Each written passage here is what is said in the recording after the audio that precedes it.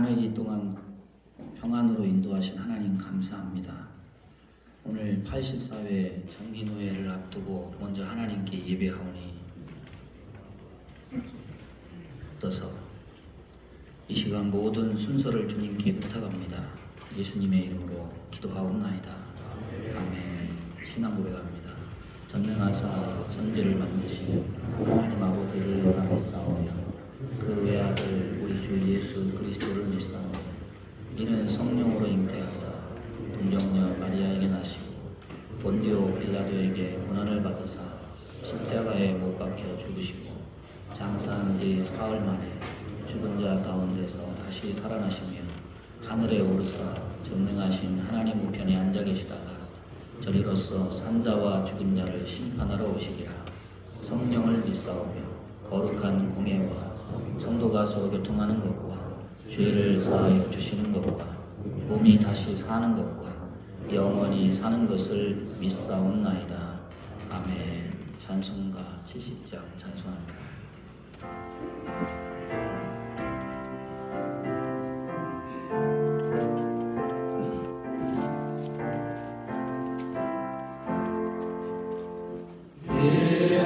피난처에 있으니 환난을 당한 자 이리로라.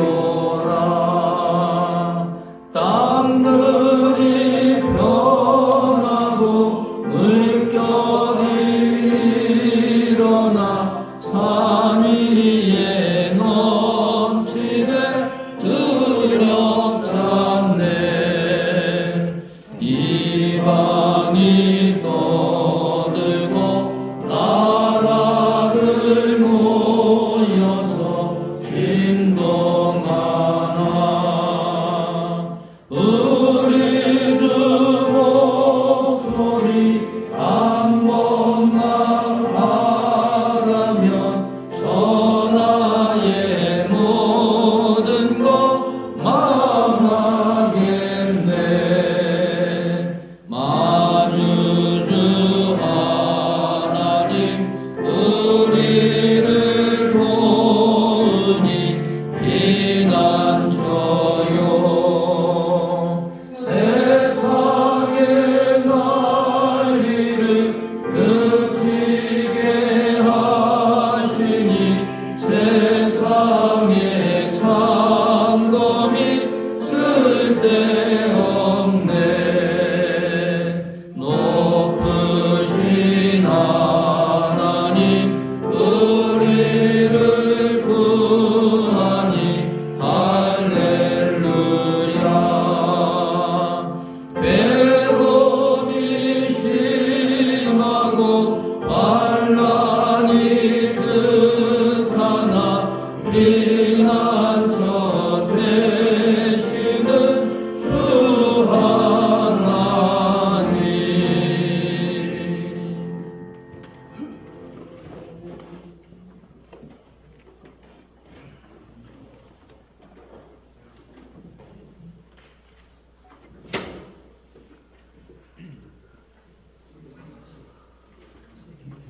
우리 군호회장 홍가표 장로님 기도 인도하시겠습니다.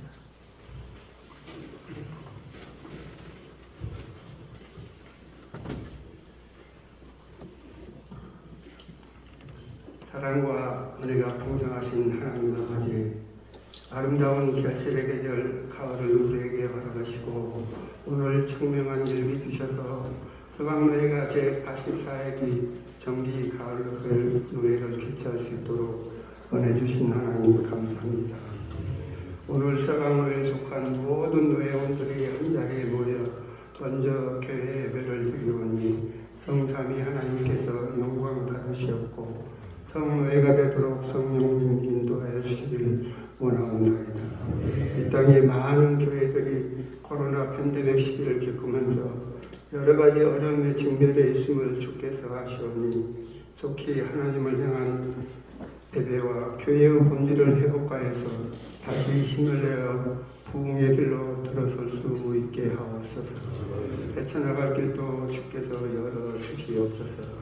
특별히 연로하신 중경 총회장님과 원로원대 목사님들, 원로원대 장로님들에게 영육이 강건케 되는 은혜를 허락하시고 일상의 삶이 늘 행복하고 평안하도록 축복하여 주시기를 원하옵나이다.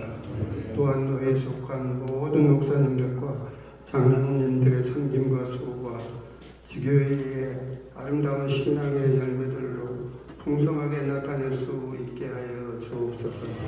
서강노예를 사랑하시는 하나님 아버지, 노예를 이끌어가시는 이대영 노회장님과 임원들에게 건강, 지혜, 능력 주셔서 제84회기 동안도 너희가 평안케 하옵시고 산하 지교회들도 기도와 사랑과 화합으로 교회의 성장을 주도하며 비전을 가지고 계획하여 추진하는 모든 일들이 아름다운 열매로 나타날 수 있게 하여 주시기를 간절히 원하옵나이다. 아름다운 목소리로 준비해드리는 찬양으로 영광 받으시옵소서. 이제 노회장님께서 강단에 서셔서 하나님에게 실패는 없습니다라는 제목으로 말씀을 전하실 때 하나님의 주권이 선포되어지게 하옵시고 모든 회원들에게 큰 힘과 은혜가 되어지는 축복의 말씀이 되게 하옵소서. 오늘 성회를 개최할 수 있도록 아름다운 장소를 내어주신 나눔교회와 당회와 온 성도들에게 한없는 사랑과 은혜로 함께해 주시길 원하고 더욱 부흥성장하는 교회가 되어 하나님의 뜻을 아름답게 이루어가도록 축복하시옵소서. 계획에 이어서 진행되는 성찬예식과 사무처라는 과정에도 하나님께서 간섭하셔서 하나님의 원하신 대로 은혜롭게 결정되고 처리될 수 있게 하옵소서. 이 시간 이후에 예배 순수와 모든 예물을 온전히 주님께 맡겨드리며 한결같이 우리를 사랑하시는 예수 그리스도 이름으로 기도드립니다.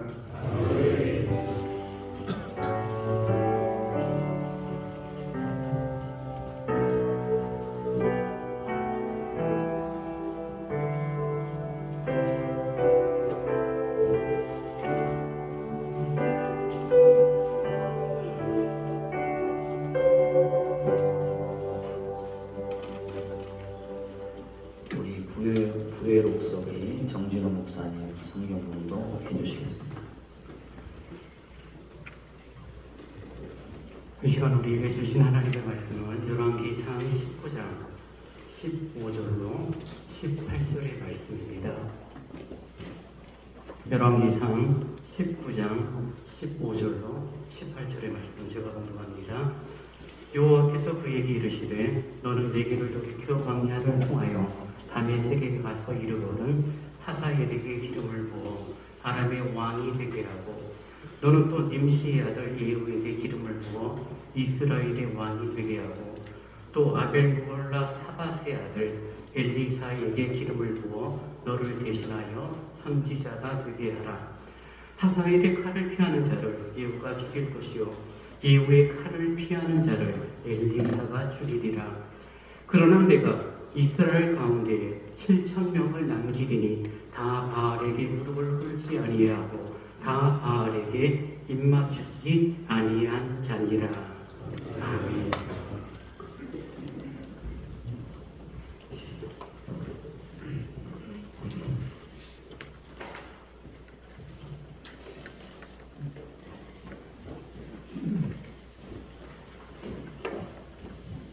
한 해기 동안 하나님 은혜로 평안을 누리고 이렇게 84회 정기노회로 목사님들 만나고 함께 교제할 수 있게 돼서 감사를 드립니다. 오늘 공동한 말씀 가지고 하나님에게 실패는 없습니다. 제목으로 말씀 전합니다. 오늘 말씀 15절에서 17절은 갈멜산 대결 이후에 탈진하고 다시난 엘리야를 호렙산에서 하나님께서 위로하신 후에 주신 새로운 사명, 새로운 명령이라고 할 수 있습니다. 하사엘에게 기름을 부어라, 예후에게 기름을 부어라, 엘리사에게 기름을 부어라. 이 세 가지 명령 중에 엘리야가 한 일은 유일하게 엘리사에게만 기름 붓는 일이었고 기름 부음과 동시에 사명이 끝나서 하늘로 승천해 버렸습니다. 나머지 두 명령 하사엘과 예후는 누가 기름을 부었는가? 그의 제자 엘리사가 기름을 부었습니다. 한때 이 대목을 읽으면서 의문이 생겼습니다. 왜 하나님은 완수하지도 못할 사명을 주셨고 또 사명을 다 완수하지 못했는데 택함과 동시에 불말과 불수레를 보내서 엘리야를 하늘로 데려가 버리셨을까? 엘리야의 사역은 이 극심한 우상 숭배 속에서 북이스라엘에 임한 3년 6개월간의 가뭄과 함께 시작이 됩니다. 성경을 통틀어서 하늘에서 비를 내리고 하늘에서 불을 내리는 사역을 한 이는 엘리야가 유일합니다. 예수님이 세상에 오셔서 죽은 자를 살리고 많은 기적을 베푸셨지만은 예수님조차 비를 내리거나 불을 내리는 능력은 나타내지 않으셨습니다. 어찌 보면 그런 대단한 선지자였기 때문에 구약을 대표하는 두 선지자 중에 하나로 변화산에 나타났는지도 모르겠습니다. 이런 대단한 엘리야가 자신의 사역을 통해서 뭘 기대를 했을까? 아마 열매였을 겁니다. 더 자세히 말하면 여호와를 떠나서 우상 숭배에 빠진 아합과 이세벨이 그 능력을 보고 항복을 하고 또 그 백성이 두 손 들고 돌아오는 그런 꿈을 꾸었을지도 모릅니다. 비를 내리고 거기까지 불까지 내렸으니까 이런 정도의 능력쯤이면은 그런 열매는 충분히 드릴 수 있을지 않을까 그런 기대를 할 법도 합니다. 그런데 하나님의 살아계심을 보였음에도 불구하고 그 기대가 다 깨어지고 말았습니다. 아합과 이세벨은 엘리야를 죽이겠다고 찾고 또 그 백성은 갈멜산에서 여호와가 참 하나님이라고 하더니 그 뒤에는 한 사람도 돌아오지 않았습니다. 불을 내려서 능력을 보여도 어느 누구도 돌아오지 않은 겁니다. 거기서 엘리야가 그만 낙심하고 말았습니다. 불을 내려서 증명했음에도 돌아오지 않았으니까 더 이상 뭘 할 수 있나? 비를 내려도 불을 내려도 돌아오지 않으니까 결국 하나님도 더 이상 어찌하지 못하는 거 아닌가? 자신의 사역을 실패한 사역이라고 단정을 짓고 또 하나님을 실패한 하나님으로 인식을 했습니다.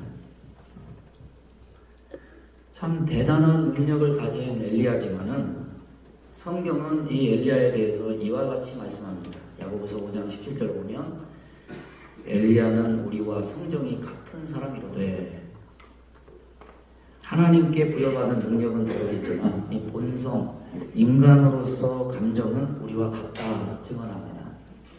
어떤 면에서 우리와 같은 것일까? 능력을 기준으로 성공과 실패를 예측하고 기대하는 것. 비를 내리는 능력, 불을 내리는 능력이 있으면 성공할 것이고 아니면 비를 내리는 능력, 불을 내렸는데 결실이 없으니 실패했다는 생각을 갖는 것. 이런 생각이 우리와 같은 겁니다. 여러분 과연 비를 내리는 능력, 불을 내리는 능력이 있으면 성공할 수 있느냐? 이런 능력이 있다면 사람들이 하나님께 돌아올까? 복음에 비춰보면 이 생각이 맞을까? 천만의 말씀이죠. 많은 능력을 베푼다고 사람들이 감동을 받아서 하나님께 돌아오고 능력을 베풀지 않는다고 하나님께 돌아오지 않고 구원은 그렇게 임하지 않습니다. 능력을 기준으로 해서 그렇게 평가한다면 사실 예수님보다 능력을 많이 베푸신 분이 이 세상에 어디 있습니까? 그런데 그렇게 많은 능력을 베풀었음에도 불구하고 사람들이 예수님을 등지고 떠났으니까 그러면 당장 예수님의 사역부터 실패한 사역이라고 단정 지어야 될 것인가? 우리는 그런 생각까지 미치게 됩니다. 능력을 보았는데 돌아오지 않는다고 실패했다고 단정 짓는 것은 하나님의 판단이 아니라 인간의 성정에서 나오는 판단입니다. 성경이 말씀하는 믿음과 구원은 로마서 10장 17절 믿음은 들음에서 나며 오직 말씀을 통해서 온다는 것을 우리는 깨닫게 되고 이것이 유일한 진리입니다. 하나님은 왜 엘리야가 하지도 못할 사역에 대한 명령을 내리셨을까? 우리는 그 대답을 17절 말씀에서 유추할 수 있습니다. 하사엘의 칼을 피하는 자를 예후가 죽일 것이요 예후의 칼을 피하는 자를 엘리사가 죽이리라. 엘리야 이후 기름 부어 세우는 이 세 사람에게는 다 무엇이 따라다니느냐? 칼과 죽음이 따라다닙니다. 무슨 말입니까? 엘리야는 갈멜산에서 불을 내렸는데 돌아오지 않는다고 실패했다고 단정했지만 그것은 하나님의 실패가 아니라는 거죠. 하나님이 엘리야에게 주신 사명은 무엇이냐? 마지막 기회를 주는 사명입니다. 극심한 우상 숭배에 쩌든 이 북이스라엘 아합과 이세벨 그리고 그 백성에게 하나님은 마지막 3번의 기회를 주십니다. 3년 6개월 비가 내리지 않으므로 돌아오는 기회를 주셨고 또 비를 내림으로 또 한 기회를 주셨고 또 마지막으로 갈멜산에서 불을 내림으로 또다시 기회를 주셨습니다. 그러나 아무도 돌아오지 않습니다. 그러니까 기회는 끝이 났고 이제 심판이 시작되었습니다.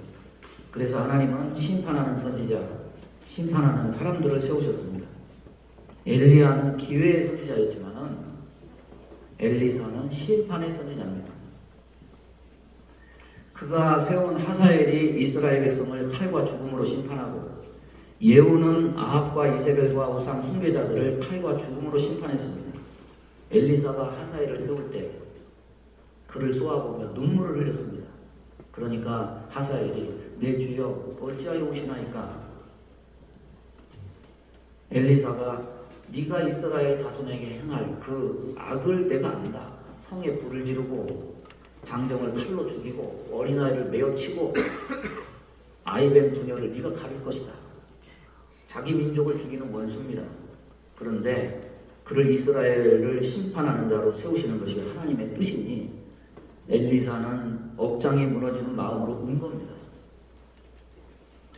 그러면 여기서 왜 엘리사에게만 기름을 붓고 승천했는지 하나님의 의도가 드러납니다. 북이스라엘 백성의 기회는 갈멜산에서 끝이 났으니까 그의 사명도 갈멜산에서 끝이 난 겁니다. 갈멜산은 하나님의 실패가 아닙니다. 하나님이 주신 돌이킬 수 있는 마지막 기회였을 뿐입니다. 그들이 그것을 거절하니까 하나님은 이제 기회를 거두고 심판하는 일을 세워서 당신의 새로운 사역을 이어가실 것을 말씀하시는 겁니다. 엘리야는 자기 사명과 사역에 대해서 크게 오해했습니다. 그와 더불어서 하나님은 그가 사역의 열매에 대해서도 크게 착각했음을 밝히십니다. 불을 내렸는데도 열매가 없다. 이것에 대해서 그러나 내가 이스라엘 가운데 7,000명을 남기리니 다 바알에게 무릎 꿇지 아니하고 다 바알에게 입 맞추지 아니한 자니라. 열매는 비 내린다고 얻어지고 불을 내린다고 얻어지고 그런 것이 아닙니다. 사람을 지으신 이가 하나님이시라면 사람을 구원하는 이도 사람이 아니라 하나님이십니다. 하나님은 결코 실패하지 않으시는 분이십니다. 코로나 발생부터 코로나 종식까지 3년 4개월입니다. 아이러니하게도 이 엘리야에게 임한 3년 6개월의 가뭄 기간과 비슷합니다. 우리는 지금 코로나 이후의 시대를 살고 있습니다. 코로나가 남긴 상처, 또 우리 신앙생활에 미친 부정적 영향력 아직도 남아있습니다. 생각지도 못한 재앙, 우리 모두 다 당황했고 절망했습니다. 30명 이하의 교회가 다 문을 닫았다고 하고 100만 명의 성도가 사라졌다고 합니다. 이 절망 속에 우리 모두는 어쩌면 낙심하는 엘리야, 하나님의 사역이 실패했다고 풀이 죽어있는 엘리야의 모습이 우리의 모습 속에 겹쳐져 있는지도 모르겠습니다. 그런데 저는 오히려 이 코로나 기간 동안에 노예 안에 있는 어느 목사님들을 보고 소망과 위로를 받았습니다. 다 의욕을 상실하고 절망하고 뭘 해도 안 된다는 패배감에 젖어 있는 이때 우리 노예의 세 분의 젊은 목사님들이 교회를 개척했어요. 어떤 목사님은 청빙을 사양하고 개척을 선택했습니다. 따라온다는 성도들 마다하고 가족으로만 시작을 했는데 1년쯤 지나니까 28명이 됐대요. 그런데 그 28명이 다 교회에 처음 나온 초신자였다고 합니다. 어쩌면 이분들은 엘리야의 성정을 뛰어넘는 분들입니다. 왜? 환경과 상황과 여건과 대중들의 여론을 보고 그 일을 한 것이 아니라 바알에게 무릎 꿇지 않는 7,000명을 남기시는 하나님이 이때도 역사하실 것이다. 믿음으로 했기 때문입니다. 하나님은 전쟁 위에 계십니다. 하나님은 기근 위에 계십니다. 하나님은 전염병 위에 계십니다. 하나님은 그 어떤 때라도 하나님이 구원하신 자를 구원하십니다. 그래서 목사님들을 통해서 하나님이 다 안 된다고 하는데 구원하신 자를 구원하시잖아요. 저는 이분들 때문에 위로를 받으면서 코로나 이후 세대를 생각하게 됐습니다. 코로나 때 실패하지 않게 하셨다면 코로나 이후에도 하나님은 실패하지 않으실 것이다. 사람들은 이래서 아무라고 저래서 아무라다고 말합니다. 이게 없어서 안 되고 저게 없어서 안 된다고 말합니다. 비를 내리는 능력, 불을 내리는 능력이 없어서 안 되고 비를 내리고 불을 내리는 능력을 베풀었는데도 안 됐으니까 실패했다고 말합니다. 그러나 어떤 현상이 우리에게 절망을 준다 해도 그것이 하나님의 실패를 의미하는 것은 아닙니다. 다만 우리가 엘리야처럼 오해하고 착각할 뿐입니다. 예수님의 십자가 모든 사람에게 메시아의 실패로 보였습니다. 그러나 그것은 실패가 아니라 부활의 영광으로 가는 과정이었을 뿐임을 우리는 압니다. 부흥하는 예루살렘 교회에 닥친 스데반 집사의 죽음이 사람들에게는 교회의 실패로 보였습니다. 그러나 그것은 실패가 아니라 예수님의 말씀처럼 사마리아와 유대와 땅끝까지 이르러 내 증인이 된다. 이 말씀이 이루어지는 출발점이었음을 우리는 압니다. 따라서 오늘 우리가 보는 시대에 현상만 보고 이러쿵저러쿵 함부로 실패를 입에 올리는 것은 경솔한 일입니다. 다음 세대 걱정이 되죠. 신문에 우리 중년 세대를 가리켜서 이렇게 표현을 했더라고요. 부모에게 순종하는 마지막 세대, 자식에게 순종하는 첫 세대. 참 신문기사 누가 썼는지 참 얄궂습니다. 그 기자 참 좀 얄미운 생각이 들더라고요. 끼인 세대라고 해서 위아래로 대접을 못 받는 세대가 우리 세대입니다. 한탄이 나오기도 하지만 저는 이 말씀으로 위로를 받습니다. 우리는 우리 세대, 우리 시대에 맡겨진 일에 충실하고 그 바톤을 넘기면 됩니다.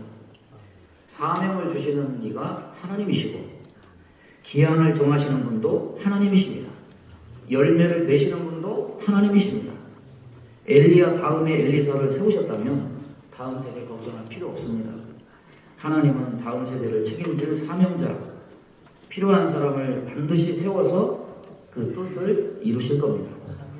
하나님은 실패하지 않으십니다. 오해하지 말고 절망하지 말고 착각하지 말고 내게 주신 사명 잘 받들어서 마지막까지 사명 완수하는 저와 여러분 되기를 주님의 이름으로 축원합니다. 기도하겠습니다. 하나님 아버지, 현상을 보고 절망하고 낙심하고 실패했다 말하지 말고 하나님은 절대 실패가 없는 분이시오니 그것을 믿고 끝까지 신뢰하여 하나님의 역사를 바라보고 하나님의 은혜를 누리는 모든 주의 종들 다 되게 하여 주옵소서. 예수님의 이름으로 기도하옵나이다. 아멘. 찬송 360장 찬송합니다.